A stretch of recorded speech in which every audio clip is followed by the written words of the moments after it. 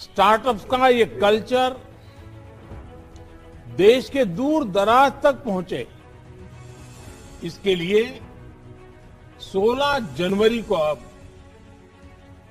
National startup day के रूप में मनाने का फैसला भी किया गया। A resilient nation is only built when billions of dreams across every corner of the nation are nurtured. When every idea and aspiration gets wings to fly. When everyone plays a role in building one of the most promising economies of the world. Startup India was founded 7 years back in 2016 by our Honorable Prime Minister Shri Narendra Modi and propel it towards becoming one of the largest innovation ecosystem in the world. Today, India is one of the fastest growing startup ecosystems in the world. We are adding highest number of startups every day in the world. From 8 unicorns in 2016 to 108 unicorns today, we have emerged as the world's third largest unicorn nation.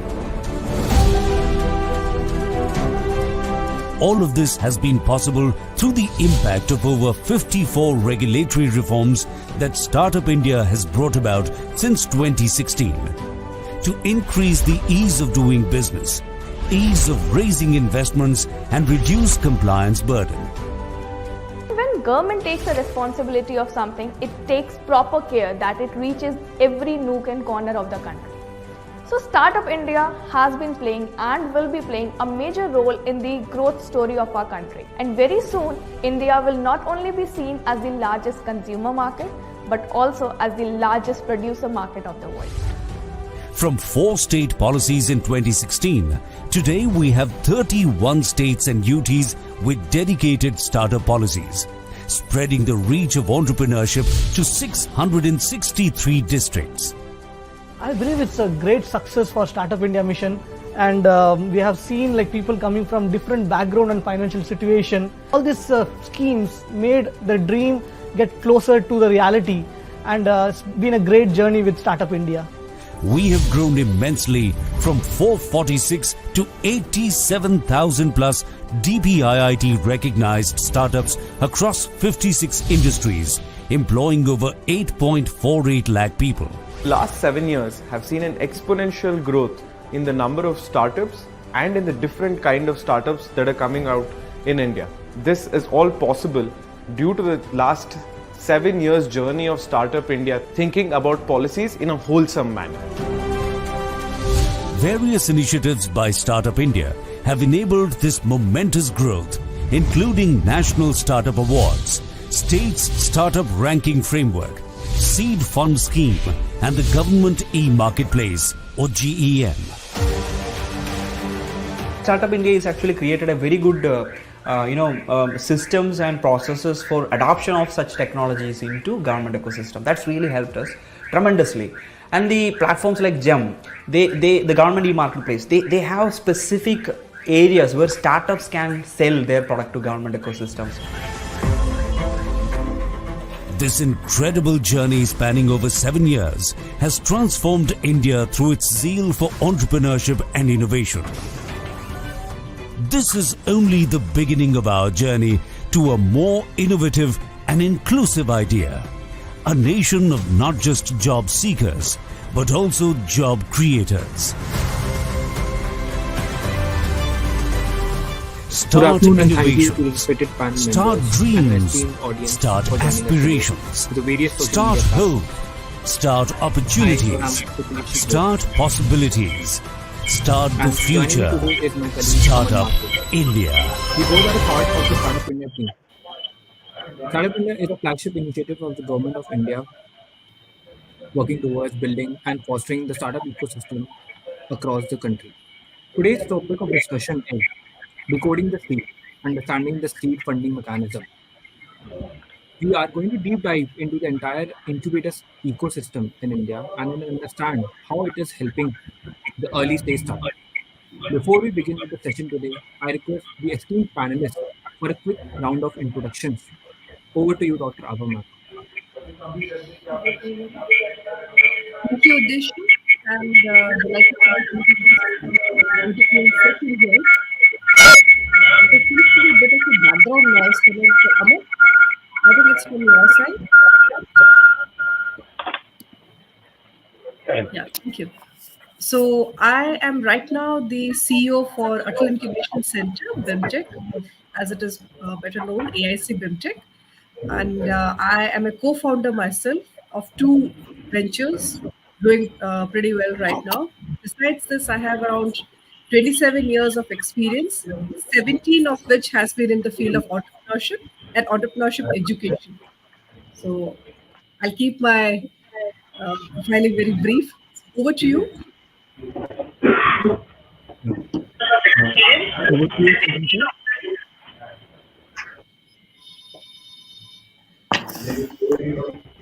Can you hear me?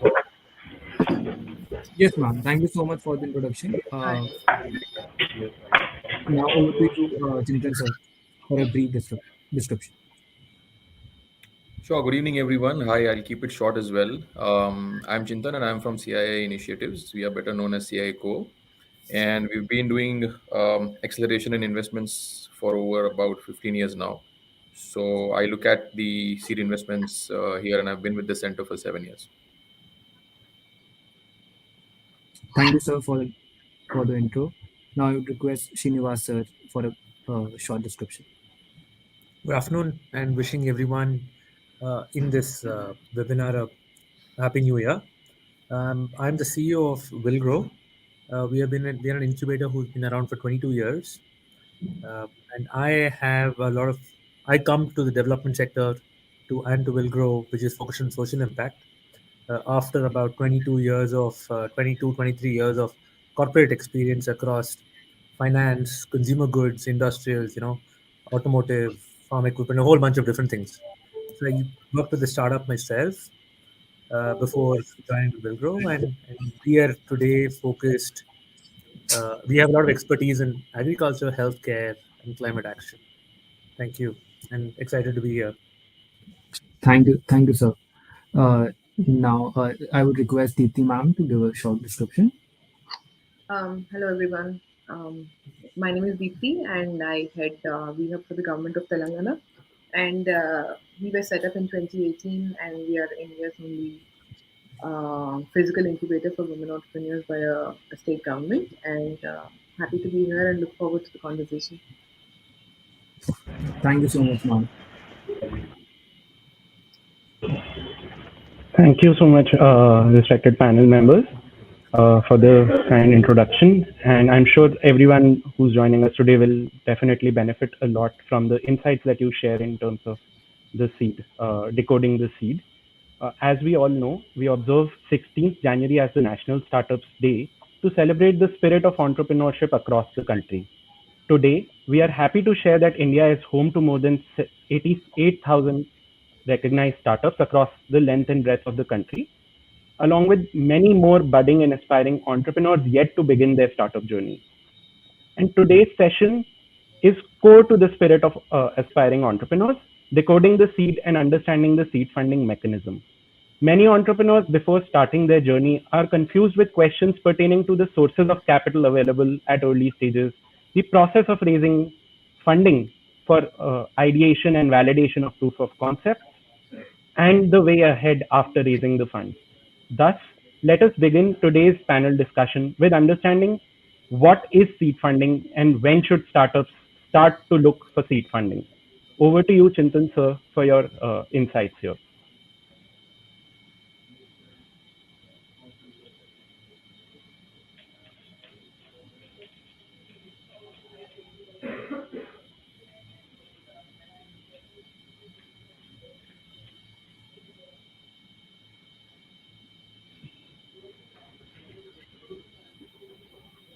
I think Chintan sir is facing some technical difficulty. Over to you, Srinivas, sir. Some insights here on what is seed funding and when should startups start to look for raising their seed funds? I think broadly, let's put it like this. Right? Many startups would likely have their own funds or their friends and family who would have given them a little bit of money to start with. And invariably, that money is not a lot, right? And as you're looking to build out your technology or prove your product, that's not enough. And at which point you're looking outside sources, outside your friends and family for any kind of additional capital, right? That capital could be in the form of to build your product out, because very often it's technical and you need to prove it, or it could be to helping if it's like a service like startup, it'll be to help your business expand. uh, at which point is when people are going to be looking at external sources of funding, and ideally the first external source could be a seed fund.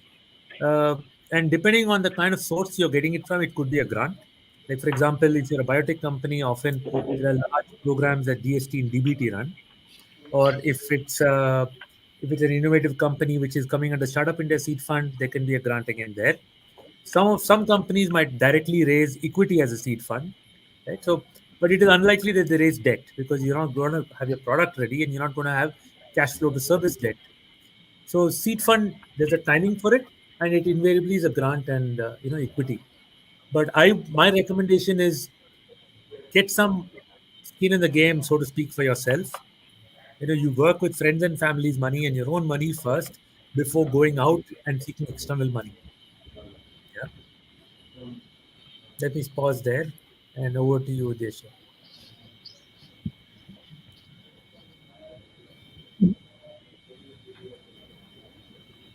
Yeah. Thank you, Srinivas sir. I would request other panel members to share their valuable insights on this topic.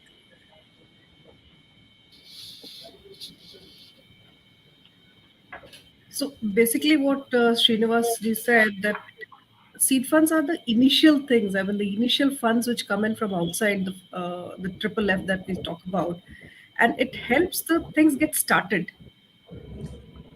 I mean, I think that that's the basic premise of when we talk about seed funds, that the funds which help you get started with your idea.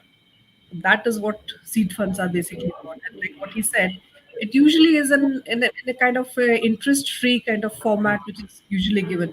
So it's usually either taken in the form of grants or in the form of equity, Yeah. right? So yeah. Yeah.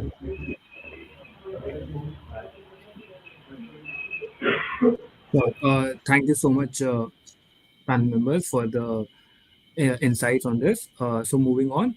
So having understood what seed fund is and what are some of the manners in which this seed fund should be used by an entrepreneur, I would request Dr. Abha ma'am to throw some light on this, um, uh, and how exactly the seed fund should be used by entrepreneurs in the early stage, keeping in mind it has to be taken care of very carefully, and utilized in a very efficient manner. So moving on. Over to you, Dr. Obama.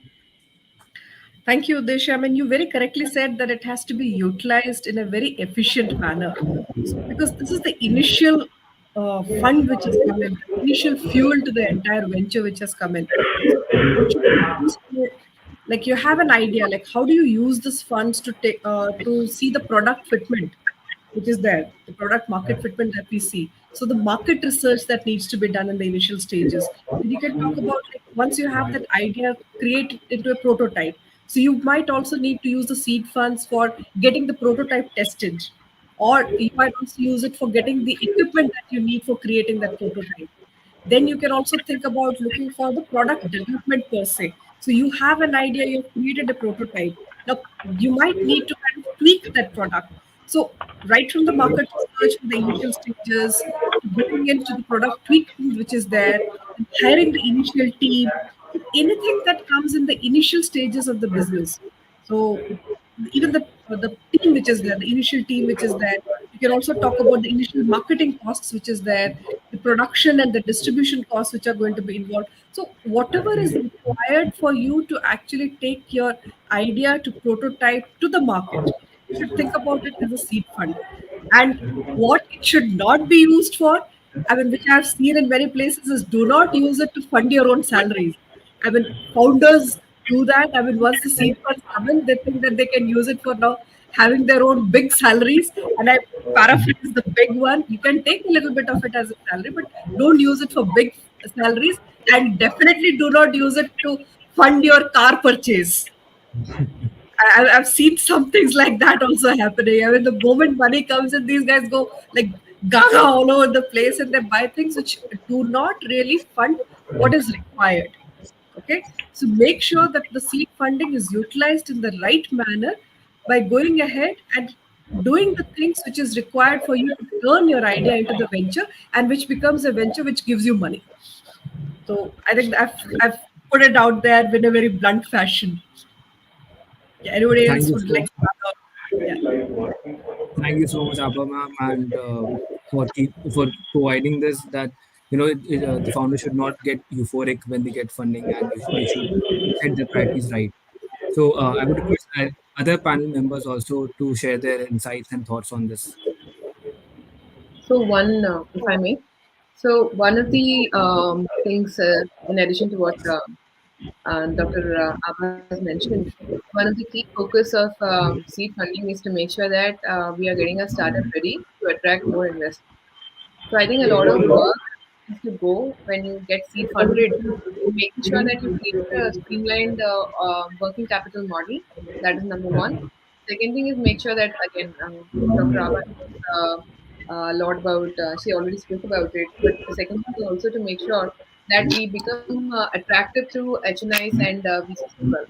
So if you look at it, I mean, the seed capital is often a very, very small amount, just enough that the startup can actually achieve its initial goals. But if that outcome of the initial goals is properly met, then definitely it's going to attract a lot more VC funding and VC interest at least. I will not say VC funding, but at least VC interest. So I think a lot of startups should focus on working towards proving themselves and getting their brand out there, not the founder's brand, because these days we see that the founder is a much bigger, thing than the startup itself.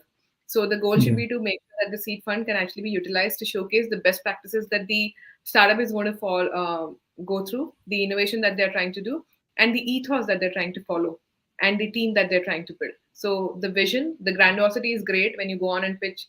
Every startup founder we meet these days is a brilliant. The way they speak, the way they kind of talk is amazing. But I think seed fund is a way to make sure that you can actually walk the talk that you're presenting in your pitch deck.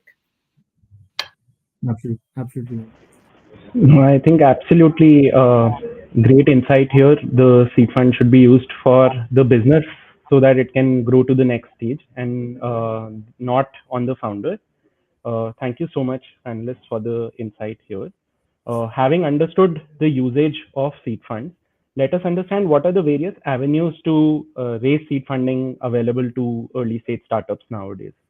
Deepthi ma'am, would request if you could share some insights here.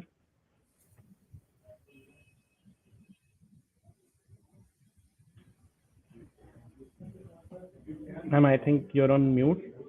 Yes, yes. Yeah. Hi. So, quite simply, I mean, many times, like as the seed funding can actually come. Mostly these days, we are actually seeing a lot of seed funding in some early prototype companies also coming in from like family offices as well, who are just exploring some new areas of investment. We are also now looking at angel investors also providing some. S- uh, they're also putting in some money either through a loan, they're actually doing some debt, or they're also looking at some equity in a future company. So these are two things that we are actually looking at, and most of these investors end up being HNIs or also some Right, absolutely. We now request other panel members to add any insights here. Srinivas sir, Chintan sir. I think the other platform, which is a cluster of angels, a lot of angel funds have come into the economy to fund, right? So what I think Deepthi covered is that there are individual guys, of course, who would like to give out loans and come on the cap table of companies. But thanks to, I think, some government intervention and SEBI's categorization, there is an angel fund vehicle that is a works kind of sort of a mutual fund, and they uh, give out risk capital to startups. I think that's been in place since quite some years now. Pretty active angel networks and platforms in the country that have been supporting startups for quite some time now. So I think that's a decent avenue also to acquire early stage seed funding. Yeah. Thank you so much, sir, for the insights. Now, moving on to the next question. As you mentioned, incubators play a crucial role in providing seed funding for early stage entrepreneurs. And the way we are seeing right now in India, incubators and accelerators are getting a lot of traction, and they are getting more focused now. So, what are some of the metrics which incubators look for in a startup's application for seed funding? So, if Chintan, sir, if you can provide some thoughts on this. Sure. No, I think very important point. Thank you for asking. So the first and foremost thing, we look at how the quality of the application is, meaning as low hanging as an aesthetics of applications. So don't leave any question unanswered, or don't have like two line answers for all the questions. Right? They are very important. Coming back to how we look at applications, I think the fundamental understanding that we'd like to have is of the team. Their backgrounds, their past experiences, what have they done, where are they coming from, what's the story like. So if you can be as descriptive as you can within the application, I think it helps us understand, get inside of an entrepreneur's heads and think from that point of view.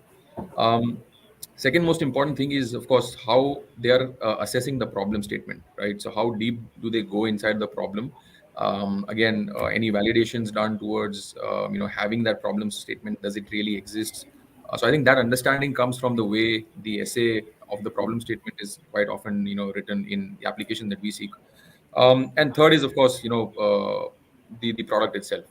It can be a pre-seed startup. Maybe they have visualized the product, but how does the entrepreneur portray how technology is intervening here to assess the same problem? So if you can somehow link these two in a nice articulative manner, I think these are the key three things, at least from our side, that we look at while assessing the quality of the application. Okay. Thank you so much, sir. Other panel members, any thoughts on this? Sure. So, Srinivas, sir. If I may, Yeah. so for Villgro for Villgro, social impact is critical. So apart from so the first thing that we look for is whether there is potential to create impact. So which means, are they working with smallholder farmers in case of agriculture? Are they working with under-resourced, in settings, or underprivileged, economic weaker sections? So that for us is the number one criteria in looking at an application, right? And of course, after that, we start looking at depending on the kind of program or what we are interested in. Some we want to see revenue stage companies and helping them scale in market. Some we want product validation. So depending on the mandate or the thesis, you would the metric would change. But consistent across is now, like I said earlier, was impact. Second is we gauge whether the team has seems to have the capacity, the credentials, and have they demonstrated the commitment to the venture that they've started. Yeah.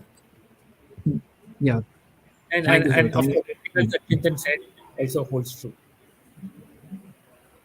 Sure, sir. Thank you so much. So, as you mentioned, Udesha, may I yes, add ma'am. one more Yes, thing? ma'am. If it's Yes, okay? ma'am. Yes, Yes, ma'am. ma'am. Definitely, In please. addition to what Chintanji and also Srinivasji has spoken about, we work with a lot of women entrepreneurs. I think two other things, if I may, with your kind permission, Chintan and Srinivasji, is that in addition to all this, the agility of the team and also the coachability are a big part of the conversation as well. So the way we can have a conversation, the trust is also a big part of why a lot of investors do end up investing, and incubators as well. And last and most important thing, we work with, again, not to belabor the point, but we do work with a lot of women entrepreneurs, and I think continuity in the business is one more thing. It should not be going from a seed to next grant to some more thing, but the risk appetite is one more thing we really do look at, because While incubators are supposed to facilitate access to finance, the entrepreneurs also need to kind of take the leap of faith. And if they have the trust in the incubator to do that together, I think that is a startup we would like to invest in, obviously. So yeah, wanted to just add that. Thank you so much, ma'am. Thank you. So summarizing this, the key metrics are quite diverse, which incubators look at. But I will say that definitely these are a bit lenient than the particular than a typical VC, which would look at. So uh, so moving on to the next question, what is the role of an incubator in the startup journey, and like what's your skin in the game? So how do you look as an reward to your own incubation center? So I would like to request Srinivas to throw some light on this.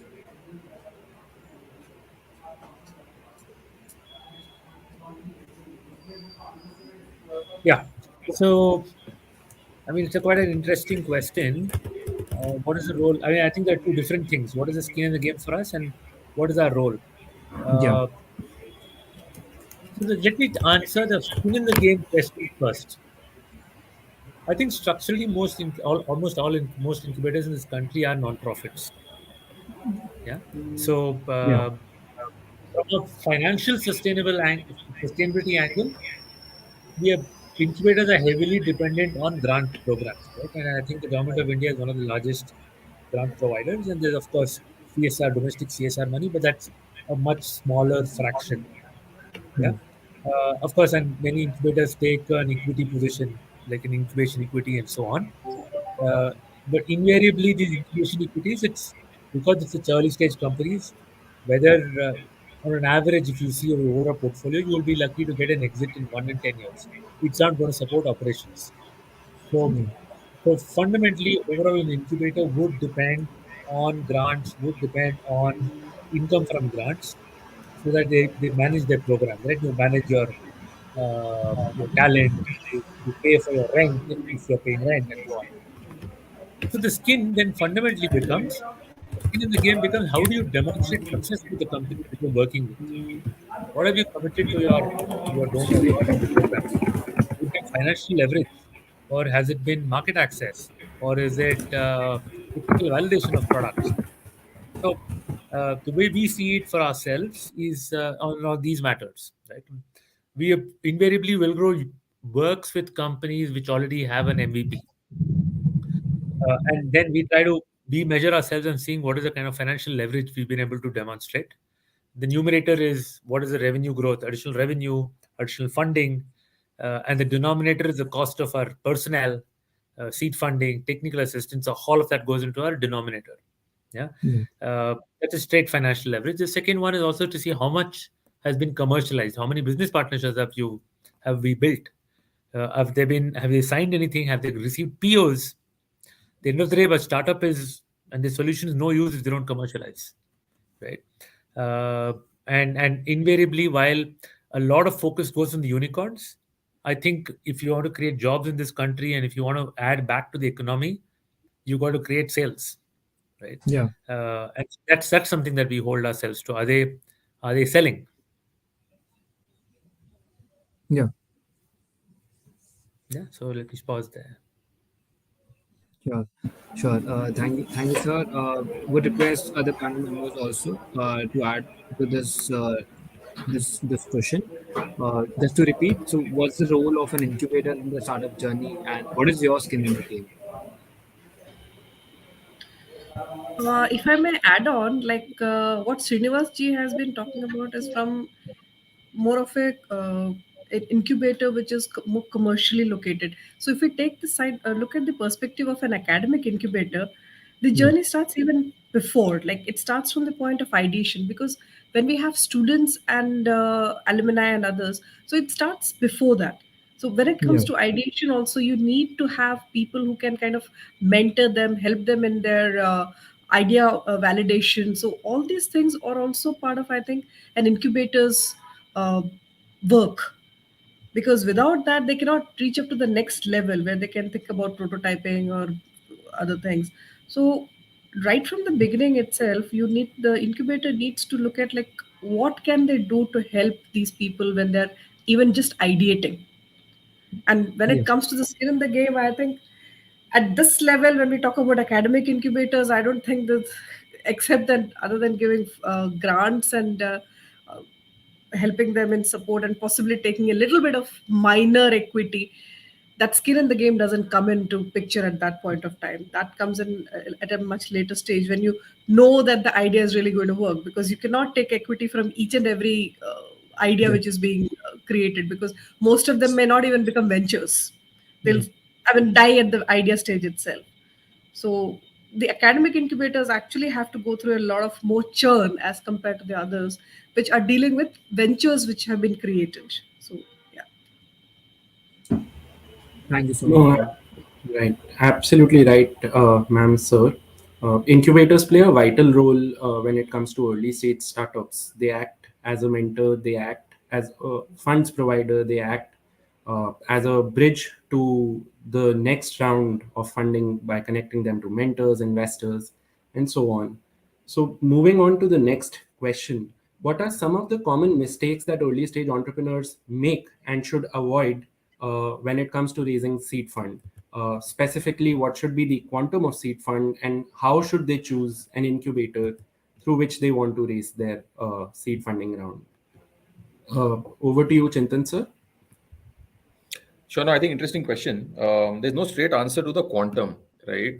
I think fundamentally the founders have to be aware of how long do they want to survive the first round. So it's really a maths working problem where if you're looking at 2 years of oxygen, you kind of come across a milestone where this is how much I want to kind of raise, at Yeah. least to validate the problem statement, right? Pitfalls to avoid, I think fundamentally what we've learned from our founders that we've supported over the years is that the exact assessment of how much and when would you require, or how the money works, right? The internals of it. I think that is something that is highly underrated as a skill set, which I think every founder must have. So the timing of the next fundraise is also something that they have to inherently understand. How does cash flow work? What kind of monthly burns, how can it be controlled? These are some of these fundamental things that I think must not be missed.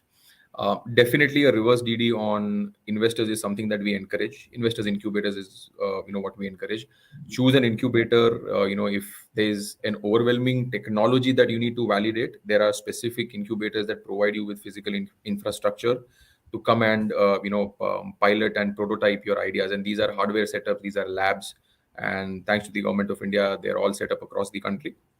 If you are sorted on the tech side, then there are more strategic B school backed or B school housed incubators where they have a little bit more of strategic sense, a larger older portfolio, etc. So I think these are the things that you should weigh and factor in before really seeking out investor funds or incubator support, etc. Right, sir. Absolutely. I think these are some of the things that the early stage entrepreneurs should keep in mind. Would request other panel members to also share some insight here, also focusing on how to choose the right incubator. So, Deepthi, ma'am, over to Yes, you. Rishi, it's my favorite question and answer, because I had a women entrepreneurship initiative, and a lot of times we ourselves keep thinking, what is the USP of VHub, right? We are a women entrepreneurship hub by the government of Telangana, and we keep thinking every incubator is doing everything that we are doing anyway. But Yeah. after a lot of thinking, one thing we realized is that the USP of any incubator is the people.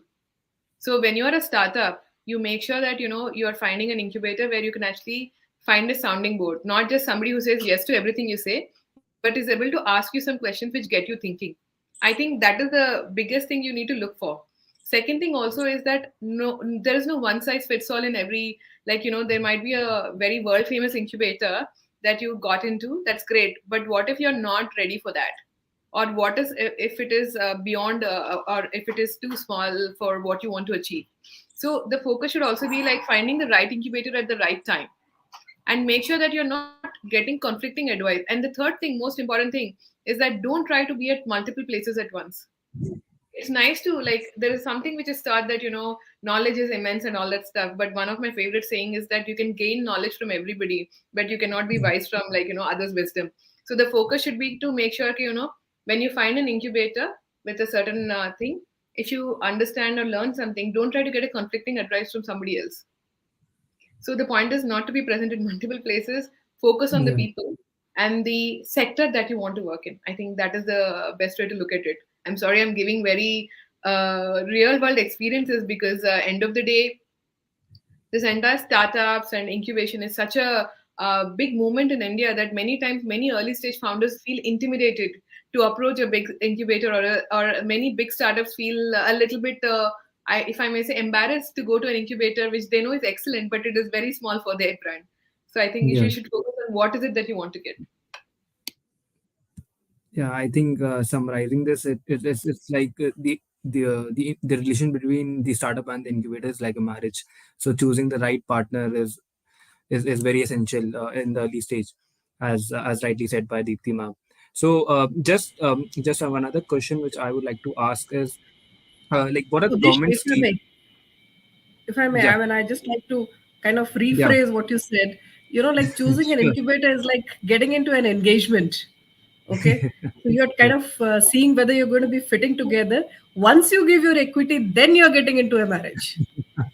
Then there is no drawing back, right? Yes, yes, So yes, that's absolutely, getting used to absolutely. it and understanding how the incubator works is very important before you choose the incubator. And like what Yeah. everybody said, you have to understand what the founder needs, what the Yeah. idea needs before you choose the incubator. Sorry for interrupting you, but I thought like let No, no, me no, definitely, put this in. definitely a valuable point here.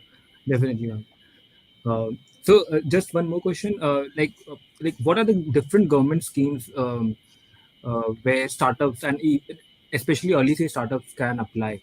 Because there are numerous government schemes running on right now by different departments. But if if we can summarize in 2 3 points, where these startups can actually apply and get grant or the ventures. So if any of the panel members can answer to this question by the audience.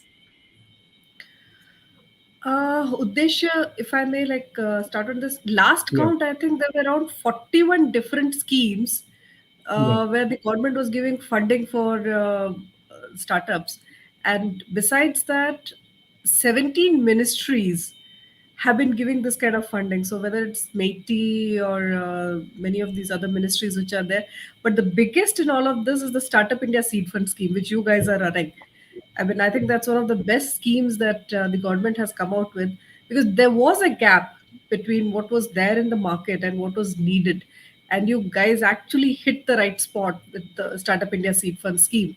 So that's definitely one of the things that most founders who are looking for seed funds should look at it, because up to 20 lakhs, there is grants being given for the idea stage, and from 20 to 50 lakhs for those who are earning a little bit of revenue. So that becomes CCDs or CCM, which is there. So those kind of things are being given by the Startup India Seed Fund scheme. And I think 150 plus incubators are registered under this Startup India Seed Fund scheme. So yeah, so, I mean the others can pitch in, but this is what I remember. I mean 41 different schemes and 17 different ministries. Plus, of course, I mean you have the other PSUs and corporate houses also giving seed funds and yeah. grants. No, absolutely correct, ma'am. We have one question here in the chat from the audience. They're asking with respect to academic incubators. Do incubators also support in getting pilot projects with academic institutions or funding support from academic institutions? And how do they support the student entrepreneurs that are present? Is it only restricted to the academic institution in which the incubator is based in, or is it also open for other student and budding entrepreneurs? So Over you to want you, me Abha. to answer this? Okay, Yes, ma'am. thanks. So yeah, so to whomsoever who asked this question, see, even universities and institutions, academic institutions have their own policies. Uh, so I know most of the universities which are there, they have this policy of funding only their own students. But in BIMTECH, we fund, I mean, it's open.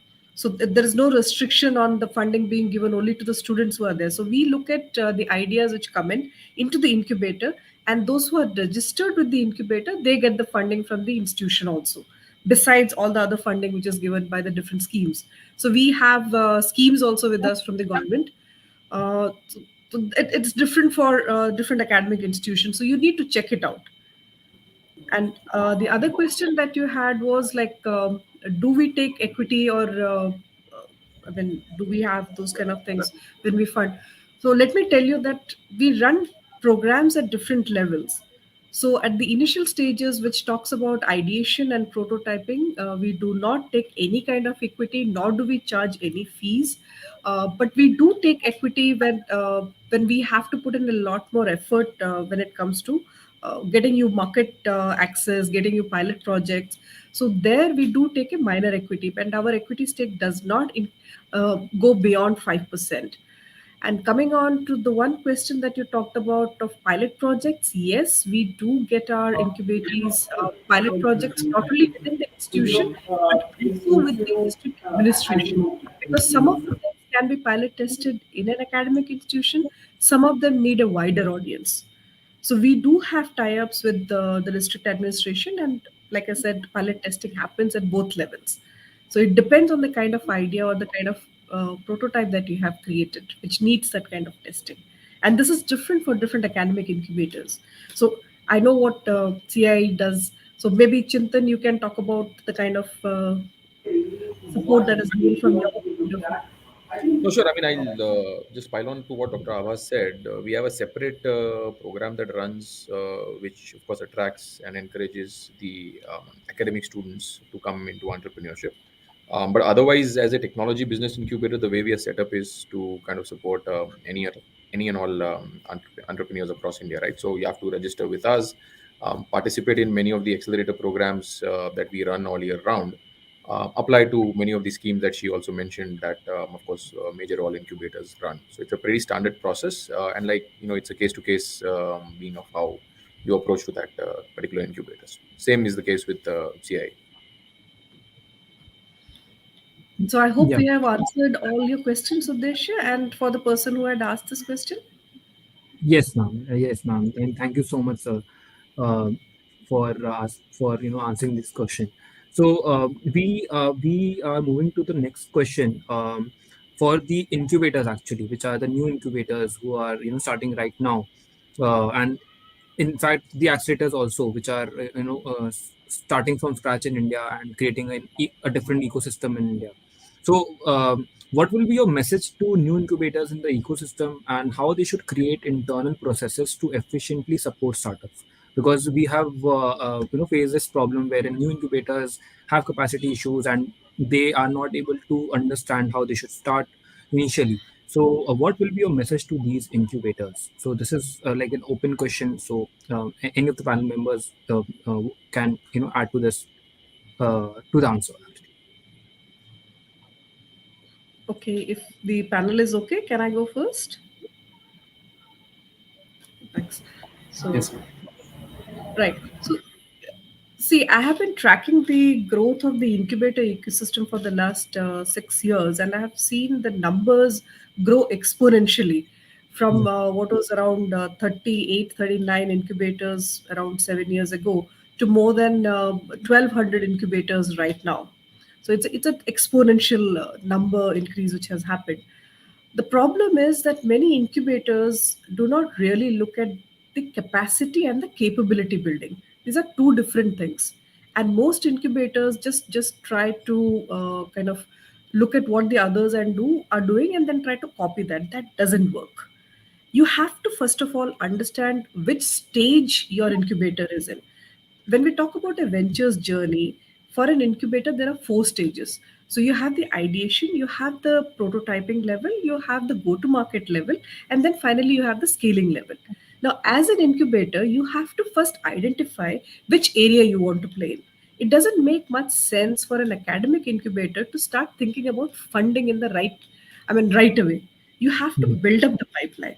So first of all, identify which of these 4 levels you're going to be playing in, and then accordingly build the ecosystem around it. So for an ideation stage venture, for an ideation stage incubator which is there, you will need different inputs as compared to what a scaling level incubator is going to look at. So that's my first thing, that identify and then start working. Secondly, every incubator will have their own strengths. So play to that. So if you're coming in from, if you're an incubator based out of a technology institution, say an engineering institution, you will have labs which you can utilize as your strengths. Try and attract those kind of ventures which need your labs, because then you're playing to your strengths.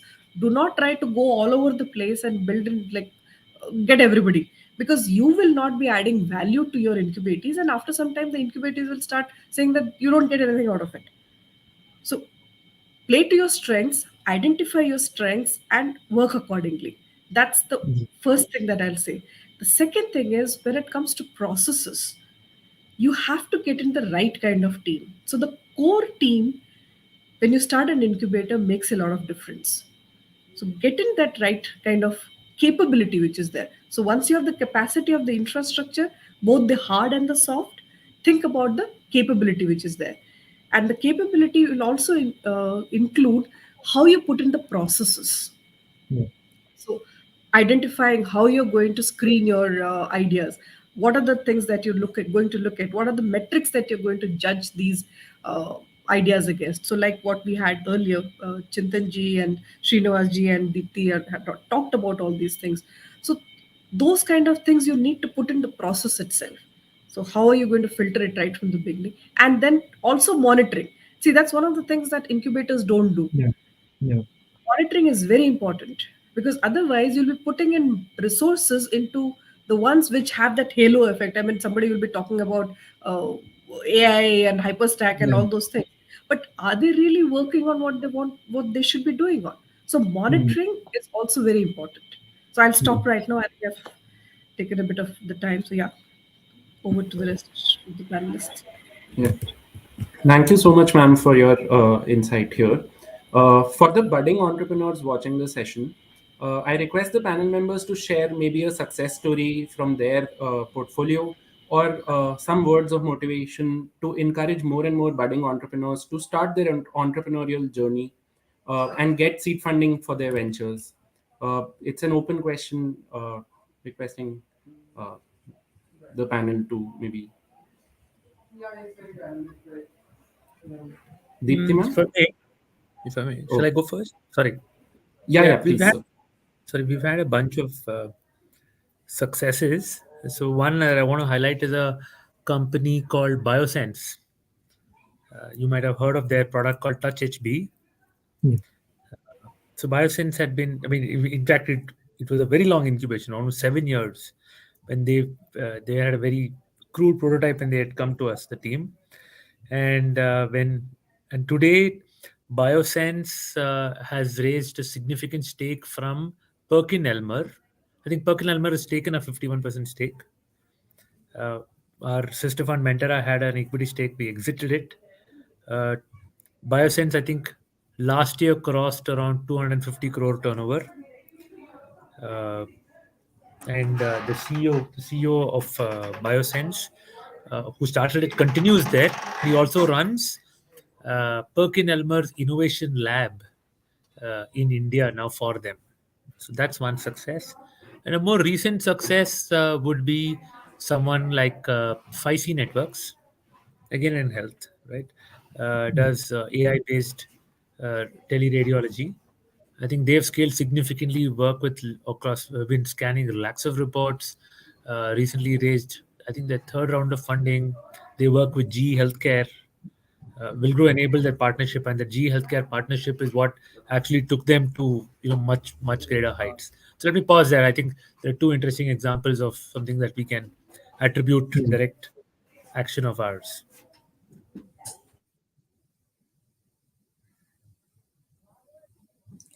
Yeah, thank you, Srinivas sir.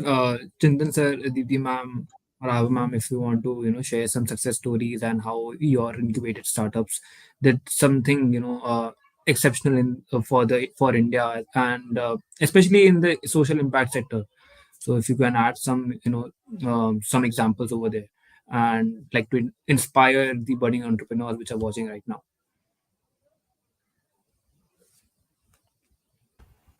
Sure. I mean, I'll just pile on what Srinivas's two examples are because those happen to be a very common portfolio to us. So yeah, Biosense was a 10-year incubation, like you mentioned. But apart from success stories, one thing is for sure. I think it's a very tough job of an entrepreneur. So we've seen, I think, more than 5,000 plus entrepreneurs, come and go in terms of boot camps and accelerator programs that we conduct. Um, Fundamentally, the ecosystem has evolved a very long way, right? And I don't think it's. I mean, today is the best time to kind of jump into entrepreneurship. Back when Biosense started, I'm sure Srinivas would also agree. There was no ecosystem at all. It was non-existent. That is where very limited amount of support was there. But I think it's a very decent time, and I think we respect entrepreneurs and their hard work a lot, and that I think they should continue to do that. And I think innovation is very necessary as well in terms of bringing about efficiency in a lot of processes. So healthcare, and the other social impact sectors that are highlighted, they are very necessary solutions. And that's where I think the tier 2 and tier 3 inclusion will also start to come into foray. And hence, even us as incubators, we've had a financial inclusion lab that is being run, where specifically we are looking at financial inclusion, as a whole. Because I think India, given what UPI and everything has done, I think has amassed a lot of goodwill in terms of how you can execute faster and quicker financial inclusion, right? So that's just my 2 cents on continue to building in this space. We are happy to work with these hardworking entrepreneurs. Thank you so much, sir. So, sir, we have multiple requests from the audience, and they are actually asking how to reach out to your incubation center. So, if you can provide a right path to these entrepreneurs, how they can reach out and pitch to you, that would be really helpful. Is that for me? Yeah, for all the panel members actually. Oh, I mean, you can go to our website and there's specific email ID, and the literature will be out there. I think most of the incubators have that. So we're happy to listen in. You can reach out to any of us on LinkedIn as well. We'll try and fairly be very active, proactive to kind of connect you to the right person if we are not the right person within the ecosystem as well. So yeah. Yeah, actually, I mean, most of the information is there on the website. So just reach out to the website and you will get most of the information about all the different programs that are running at different levels which are there.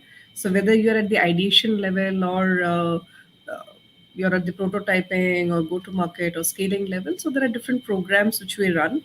So you can apply there and but let me put in a caveat also, like we received around 3,000 applications and some from India, and now we have started receiving applications from across the globe also. So make sure that you completely fill in your applications. There are quite a few people who do like halfway through, so half-baked attempts are not taken into consideration. Make sure that you put in as much information as you can into the forms which are there, and all the best for your ideas, all the best for your future ventures. So, yeah, and if there is something which doesn't, I mean, where we cannot add value, we'll make sure that you're directed to the person who can add value to you, whether it be another incubator or accelerator. That's it. Thank you so much, sir and ma'am. Also, for the entrepreneurs, you can reach out to us through Startup India portal also. All the incubators which are in India are listed on the portal itself. So if you want to connect, you can easily search them on our portal itself.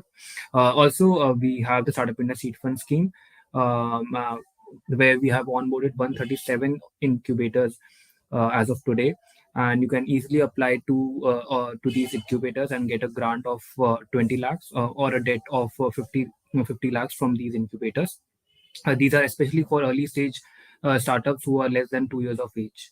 So with this, we have reached to the end of our panel discussion. I would like to thank all our panel members for giving us valuable insights about the incubator ecosystem in India and for being a key catalyzer to India's growth story. In the end, I would also like to invite all the eligible incubators and startups to apply to the Startup India Seed Fund scheme. Thank you so much, everyone, for joining this call. Thank you, and wishing you all the very best. Thank you.